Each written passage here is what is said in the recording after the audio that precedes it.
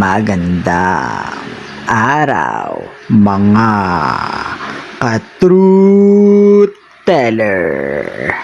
Ang pag-uusapan natin ngayong araw na ito ay patungkol sa bagong tinutulungan ni Kalinga Prab. Makikita natin sa kanyang latest video na pinamagatang Makising Morales. Heto na pala ngayon, mapapansin natin na talaga namang kaya naman palang mag-effort ni Kalinga Prab umakyat sa mga bundok-bundok, pumunta sa mga malalayong lugar para tumulong. Kung kanya lamang gugustuhin, ay pwede naman pala niyang gawin kahit araw-araw pa. Dahil alam naman natin, merong magandang sasakyan si Kalinga Prab. Meron pa siyang driver. Ang nakakapagtaka lang ay noong mga nakaraang buwan at taon ay masyado siyang nag-focus sa love team. Masyado na siyang nilamon ng mga pagka-viral ng kanyang mga love team. Kaya naman hindi niya alam ang kanyang gagawin. Hanap siya ng hanap na mga babaeng may itsura at yun lamang ang kanyang tinutulungan.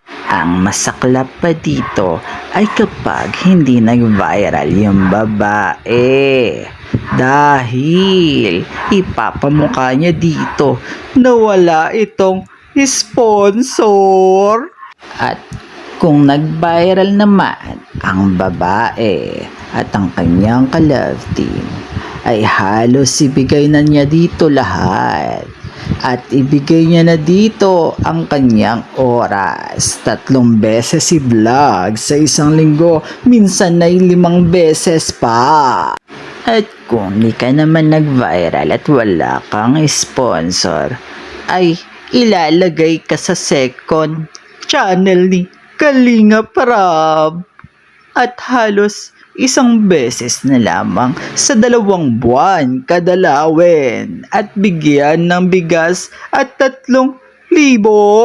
Ngayon napatunayan na ni Kalinga Prab na hindi niya pala kailangan na laging umasa na lamang sa love team para sa views. Makikita natin sa kanyang latest vlog na kahit hindi love team ay halos mag-milyon na ang views at patuloy pa itong umaandar.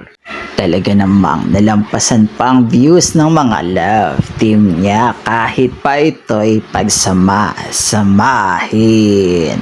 Sana lang ay patuloy pa itong gawin ni Kalinga Prab dahil alam natin na mas mamahalin siya ng viewer kapag ito ang kanyang ginawa.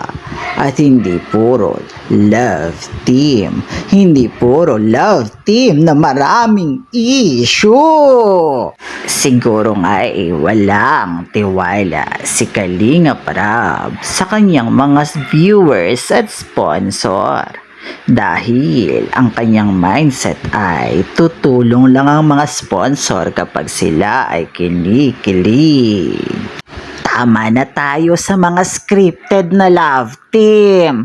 Tama na tayo sa mga issue. Doon na tayo sa totoo. Doon na tayo sa mga totoong mahihirap na ngayon ay tutulungan para umangat at umahon sa buhay. Maayos na si Viancy sa kanyang buhay. May magandang bahay, may mga sponsor at tinutulungan na sa pag-aaral. Pero bakit hanggang ngayon pinipiga pa rin ng pinipiga para lang sa views? Ganun na rin si Carla at iba pang Kalingap Angels na viral.